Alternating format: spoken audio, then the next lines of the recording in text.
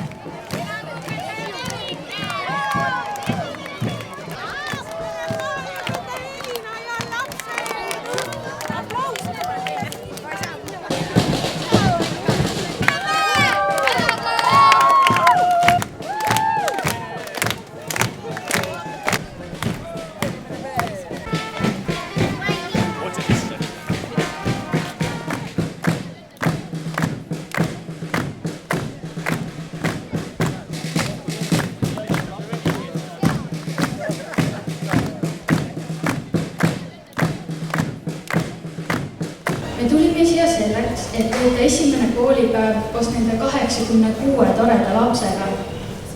Võib vist öelda küll niimoodi, et nii nagu teie isad-emad kõik peavad igapäevaselt käima tööl selleks, et leiba teenida, nii tuleb ka teil tänasest iga päev hakata tööl käima. Tõsi, seda tööd nimetatakse küll õppimiseks, kuid pingutamist, igapäevast pingutamist vaja on seegi töö või amet. Eesti rahvas on alati pidanud hinnas tarkust ning haridust.